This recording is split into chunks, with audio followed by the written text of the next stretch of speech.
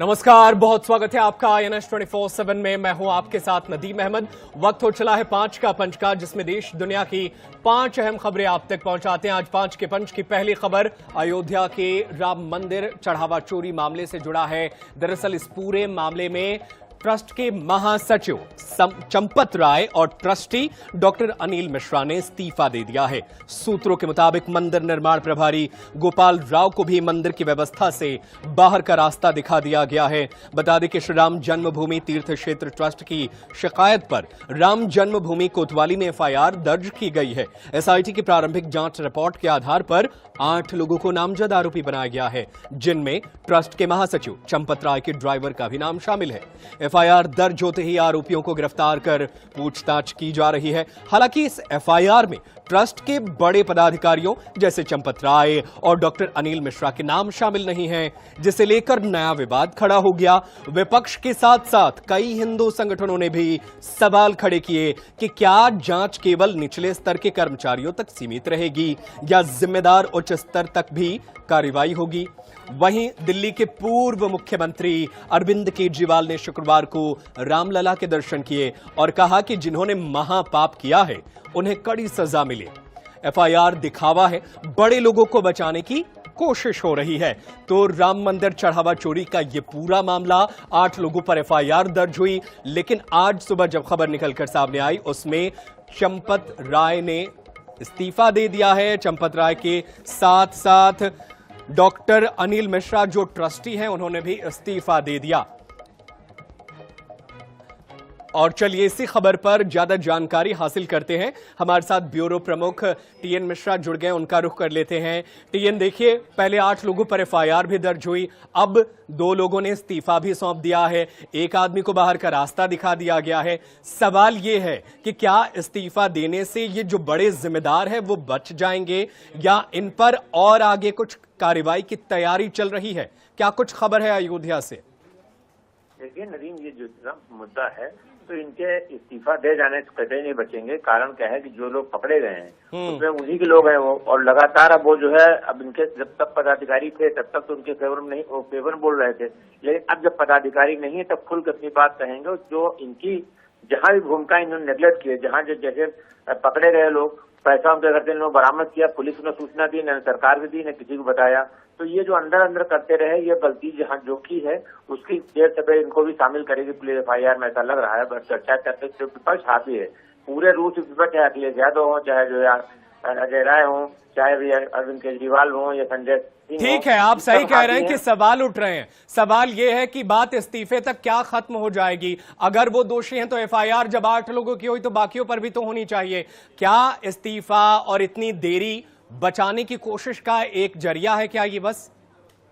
देखिए, ऐसा नहीं लग रहा है, क्योंकि बचाने के जरिया भी इसलिए आज ही CM योगी ने कहा है कि जो है देवरिया में थे वो, कि इसमें दूध का दूध पानी का पानी होगा, और जो कार्रवाई शुरू हो चुकी है।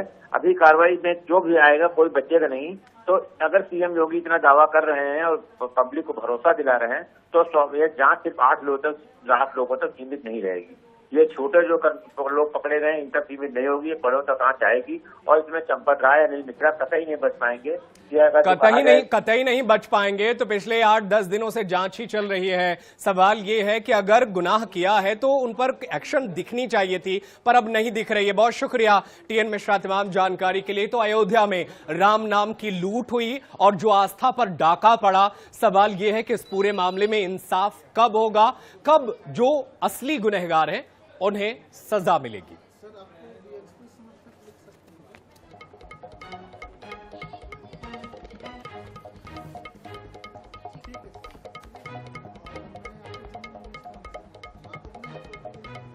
और चलिए खबरों में आगे बढ़ते हैं और 5 के पंच की दूसरी खबर आप तक पहुंचाते हैं। दूसरी खबर छत्तीसगढ़ से है। दरअसल छत्तीसगढ़ में वैष्णो देवता सरकार जल्द ही राज्य में UCC लागू करने की तैयारी में है।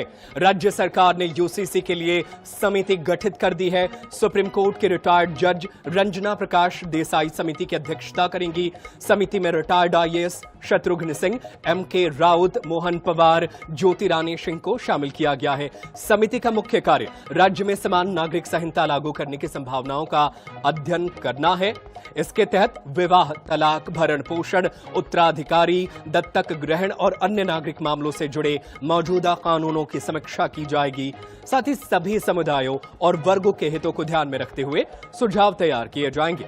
सरकार ने समिति को नागरिकों, सामाजिक संगठनों, विधि विशेषज्ञों और अन्य हितधारकों से सुझाव लेने की जिम्मेदारी भी सौंपी है। इसके अलावा उन राज्यों की व्यवस्थाओं का अध्ययन किया जाएगा जहां समान नागरिक संहिता लागू है या इस दिशा में पहल की गई है। आपको बता दें कि यूसीसी देश के 3 राज्य गोवा, गुजरात और उत्तराखंड में फिलहाल लागू है। इसके अलावा कई राज्य सरकारों ने भी यूसीसी कमेटी का गठन किया है। अब छत्तीसगढ़ में भी जल्द यूसीसी लागू हो, इसको लेकर के एक समिति गठित कर दी गई है। सुप्रीम कोर्ट के रिटायर्ड जज रंजना प्रकाश इस समिति की अध्यक्षता करेंगी। इसके अलावा इसमें IAS retired Shatrughan Singh, MK Raut, Mohan Pawar, Jyoti Rani Singh को शामिल किया गया है, जो यूसीसी को लेकर के अब स्टडी करेंगे। उन राज्यों की स्टडी होगी जहां पर यूसीसी पहले से लागू है, या इसके अलावा इसके बारे में जो राज्य जो है ड्राफ्ट तैयार कर रहे हैं, वहां पर जाकर स्टडी करने के बाद से यहां अध्ययन की रिपोर्ट तैयार की जाएगी और इसके बाद से यूसीसी लागू करने को लेकर सरकार जो है कार्रवाई को आगे बढ़ाएगी। तो छत्तीसगढ़ में जल्द ही यूसीसी लागू हो, इसको लेकर के तैयारी चल रही है। राज्य सरकार ने यूसीसी के लिए समिति का गठन कर दिया है। रंजना प्रकाश देसाई इस समिति के अध्यक्ष हैं। और छत्तीसगढ़ में भी यूसीसी लागू हो, इसके लिए कैबिनेट से भी फैसला हुआ और उसके लिए कमेटी बनाने की बात हुई थी। कमेटी भी बना दिया गया 5 सदस्यीय, और 5 सदस्यीय जो कमेटी बनी है उनका तमाम सारे फाइंडिंग्स आएंगे और उसके आधार पे यहाँ पे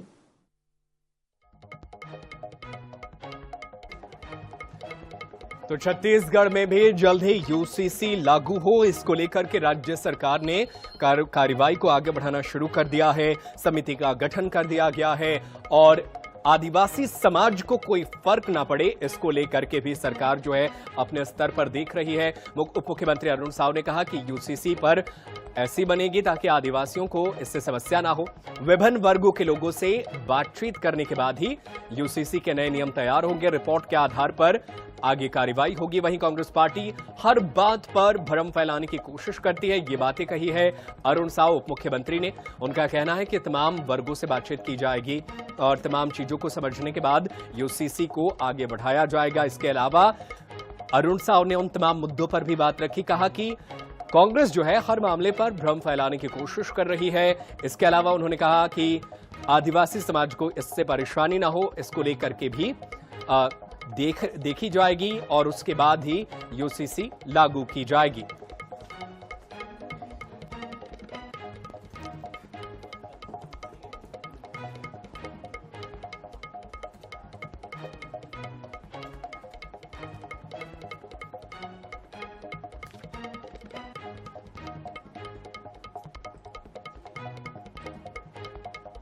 और चलिए 5 के पंच में खबरों में आगे बढ़ते हैं और 5 के पंच की तीसरी खबर आप तक पहुंचाते हैं। तीसरी खबर मध्य प्रदेश हाईकोर्ट से जुड़ी है।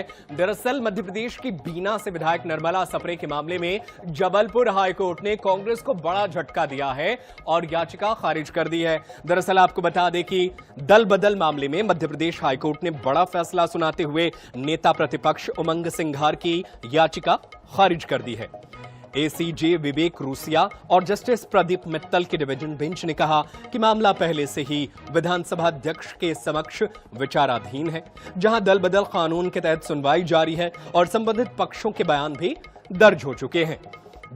ऐसे में अदालत ने हस्तक्षेप की आवश्यकता नहीं जताई। बता दें कि कांग्रेस ने याचिका में निर्मला सप्रे की सदस्यता समाप्त करने की मांग करते हुए आरोप लगाया था कि लोकसभा चुनाव के दौरान उन्होंने बीजेपी के कार्यक्रम में हिस्सा लिया था। कांग्रेस ने दावा किया था कि वह बीजेपी में शामिल हो गई हैं। हालांकि अब हाईकोर्ट के इस फैसले के बाद अब सभी की नजर विधानसभा अध्यक्ष के अंतिम निर्णय पर रहेगी। वहीं कांग्रेस ने सुप्रीम कोर्ट जाने का फैसला किया है। तो बीना के विधायक हैं निर्मला सप्रे, जिनके बारे में कांग्रेस जो है लगातार ये मांग करती रही है कि उनके सदस्यता को रद्द की जाए या बीना के विधायक निर्मला सप्रे अपने पद से इस्तीफा दें और बीना में उपचुनाव हो। इसको लेकर के अलग अलग जगहों पर कांग्रेस ने अपनी बात को रखी। पहले विधानसभा अध्यक्ष के सामने ये बात रखी गई, वहां बात नहीं बनने पर नेता प्रतिपक्ष उमंग सिंघार जो है वो हाईकोर्ट गए और हाईकोर्ट में अब कांग्रेस को झटका लगा है। कांग्रेस का कहना है कि अब वो सुप्रीम कोर्ट जाएंगे। और चलिए इसी खबर पर अपडेट हासिल करते हैं। हमारे साथ हमारे सहयोगी संजय साहू हैं, उनका रुख कर लेते हैं। संजय, एक बार फिर से कांग्रेस को बड़ा झटका लगा है, क्योंकि देखिए उपचुनाव की कोशिशों को ये झटका ही माना जाएगा। ऐसे में सवाल ये है कि अब कांग्रेस के पास क्या क्या विकल्प बचते हैं और इस पूरे मामले में जब याचिका खारिज हुई तो क्या बीना विधायक ने इस पूरे मामले में कोई बयान दिया? क्या अपडेट है? निश्चित ही ये कहा जा सकता है कि कांग्रेस को इसमें बहुत बड़ा झटका जो है वो लगा था, क्योंकि उम्मीद ये की जा रही थी कि जिस प्रकार के साक्ष्य बात याचिका में उन्होंने उमंग सिंघार जो है नेता प्रतिपक्ष उन्होंने रखी थी, तो उससे उम्मीद ये की जा रही थी कि कुछ न कुछ सॉल्यूशन जो है वो हाईकोर्ट से निकलेगा। लेकिन हाईकोर्ट ने स्पष्ट ये कहा है, जो कि एक्टिंग चीफ जस्टिस है विवेक रूसिया, उनकी डिवीजन बेंच ने स्पष्ट कहा है कि अध्यक्ष के पास इसके बयान हो रहे हैं और अध्यक्ष वहां पर सुनवाई कर रहे हैं, तो इसमें हम कोई हस्तक्षेप नहीं कर सकते और याचिका जो है वो निरस्त कर दी गई है। तो कह सकते हैं कि अब अगर कांग्रेस के पास जो सबसे बड़ा सवाल यही है कि कांग्रेस के पास जो विकल्प हैं वो या तो सुप्रीम कोर्ट जा सकते हैं, लेकिन सुप्रीम कोर्ट में भी जब तक कि अध्यक्ष अपना कोई फैसला नहीं सुना देते विधानसभा अध्यक्ष, तब तक सुप्रीम कोर्ट में भी स्थितियां जो है वो सामान्य नहीं रहेंगी। तो कह सकते हैं कि अध्यक्ष के फैसले का इंतजार जो है वो इनको करना होगा। हालांकि अध्यक्ष कब फैसला देते हैं ये देखने वाली बात होगी, लेकिन जिस प्रकार से कांग्रेस कह रही है कि हम सुप्रीम कोर्ट जा रहे हैं या जा सकते हैं, तो निश्चित ही वहां पर भी कुछ दिलचस्प होने वाला है। हालांकि अगर हम विधानसभा की बात करें, निर्मला सप्रे की बात करें, तो कांग्रेस चाहती है कि वहाँ उपचुनाव हो और चूंकि इनका जो विधानसभा चुनाव है उसको शून्य किया जाए, इनकी सदस्यता जो है वो रद्द की जाए और वहाँ पर उपचुनाव हो। संजय, ठीक है, विधानसभा अध्यक्ष फैसला लेंगे। सवाल यह है कि बीना की विधायक निर्मला सप्रे कहती हैं कि हमने कांग्रेस छोड़ी नहीं, ना बीजेपी ज्वाइन की है। सवाल यह है कि वो किस नाव की सवारी कर रही हैं। सवाल तो कांग्रेस पूछेगी या ये तो कहेगी कि आप या तो कांग्रेस की बैठकों में शामिल होइए या बीजेपी में जा रही है। तो कोई तो क्लियर करना पड़ेगा ना इस पूरे मामले को। हाँ, निश्चित ही ये कह सकते हैं, क्योंकि जब सबसे बड़ा सवाल जो है वो शिवराज सिंह चौहान की जब वहां पर रैली हुई थी तो उसमें वो मंच साझा किया था बीना सप्रे ने। इसको लेके कांग्रेस ने जो है वो सवालिया निशान उठाए थे और ये कयास लगाए जा रहे थे कि क्या बीना विधायक निर्मला सप्रे वो कांग्रेस में जाएंगी, लेकिन उन्होंने भाजपा में जाएंगी, लेकिन वो भाजपा में नहीं गई और अभी तक उन्होंने कांग्रेस की सदस्यता नहीं छोड़ी। हालांकि ये बात सही है कि कांग्रेस ने जिस प्रकार से वो मुद्दा उठाया था निर्मला सप्रे के खिलाफ, जो आरोप लगाए थे कि वो भाजपा ज्वाइन कर रही, भाजपा के कार्यक्रमों में दिखती हैं, भाजपा के बैठकों में शामिल होती हैं, ऐसे तमाम प्रकार के आरोप जो है वो उन्होंने लगाए थे। इससे संभवतः आहत होके निर्मला सप्रे जो है वो कांग्रेस की बैठकों में नहीं जा रही हूँ, लेकिन उनका रुख यही है और हाईकोर्ट में जो उन्होंने कहा कि मैंने कांग्रेस को नहीं छोड़ा है, तो हो सकता है कि ये दलील जो है वो हाईकोर्ट में काम आई हो। हालांकि ये बात सही भी है, क्योंकि अभी तक भारतीय जनता पार्टी ने निर्मला सप्रे को अपना अपने यहाँ सदस्यता नहीं दी है, तो ये कहा जा सकता है। लेकिन जिस प्रकार से वो कार्यक्रमों में दिखती है कहीं ना कहीं ये आधार बन सकता है। अब देखना यही होगा कि कांग्रेस इस पर आगे क्या एक्शन लेती है। जी बिल्कुल, कांग्रेस क्या विकल्प चुनती है ये देखना होगा। बहुत शुक्रिया संजय साहू तमाम जानकारी के लिए। तो मध्य प्रदेश के बीना विधानसभा क्षेत्र से विधायक निर्मला सप्रे को लेकर ये पूरा मामला जो है वो अब विवादों में घिरता नजर आ रहा है। दरअसल एक तरफ जो है वो कांग्रेस की बैठकों में नहीं जाती हैं, दूसरी तरफ वो मुख्यमंत्री डॉक्टर मोहन यादव के साथ मंच साझा करते हुए नजर आती हैं। लेकिन जब इस पूरे मामले में पूछा गया तो वो कह रहे हैं कि मैंने तो कांग्रेस छोड़ी नहीं, ना मैंने बीजेपी ज्वाइन की है। वहीं कांग्रेस जो है ये मांग कर रही है कि वो हमारे साथ नहीं है, इसलिए विधानसभा की सदस्यता को समाप्त की जाए और बीना विधानसभा में उपचुनाव हो। देखना होगा कि कांग्रेस अगला रुख क्या अपनाती है।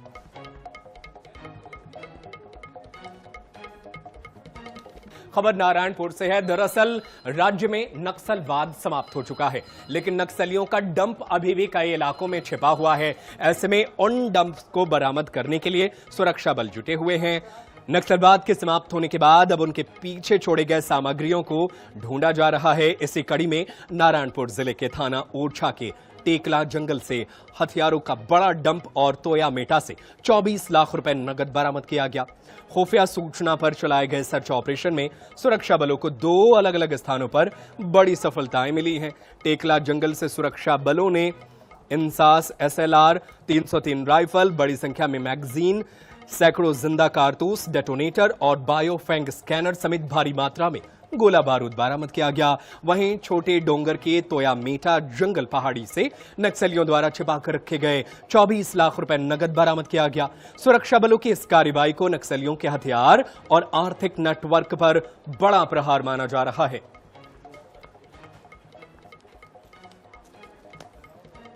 और चलिए इसी खबर पर ज्यादा जानकारी हासिल करते हैं। हमारे सहयोगी मोहम्मद इमरान खान जुड़ गए, उनका रुख कर लेते हैं। इमरान, ये बड़ी कामयाबी है। देखिए, नक्सलवाद तो खत्म हो गया है, लेकिन डंप और भी बरामद हो रहे हैं। क्या कुछ अपडेट है? क्या माना जाए कि इसी तरीके से आगे और भी डंप बरामद हो सकते हैं? जी जी, बिल्कुल बिल्कुल। अभी देखिए, नक्सल मुक्त अबुझमाड़ होने के बाद लगातार इन अबुझमाड़ के जंगलों में पुलिस आईडी की तलाश में निकल रही है और नक्सलियों के द्वारा छिपाए गए जो धनराशि है उसकी भी बरामदगी की जा रही है। इसी तर्ज पर टेकला के जंगल में जो नक्सलियों का जो असला था, बारूद था, उसको बरामद किया गया और टोयमेटा के जंगल में नगद 24 लाख रुपए बरामद हुआ है। ये जो 24 लाख रुपया है वो लेवी का पैसा होता था और आत्मसमर्पण के बाद नक्सलियों के द्वारा जो इनपुट दिया गया था उसके आधार पर पुलिस ने अधिकांश जगहों पर रेड मार के बरामद कर दिया गया। लेकिन जो टोयमेटा का जो 24 लाख रुपया बरामद हुआ है या उन नक्सलियों के द्वारा बरामद छुपाया गया था बताए जा रहे हैं, जो इनकाउंटर में मारे गए हैं। नक्सलवाद के खात्मे के बाद लगातार पुलिस इलाके में सर्चिंग अभियान कर रही है और पुलिस को सफलता भी मिल रहा है। जी, बहुत शुक्रिया मोहम्मद इमरान, तमाम जानकारी के लिए। आप नजर बनाए रखिएगा, आगे भी आपसे जानकारी हासिल करते रहेंगे।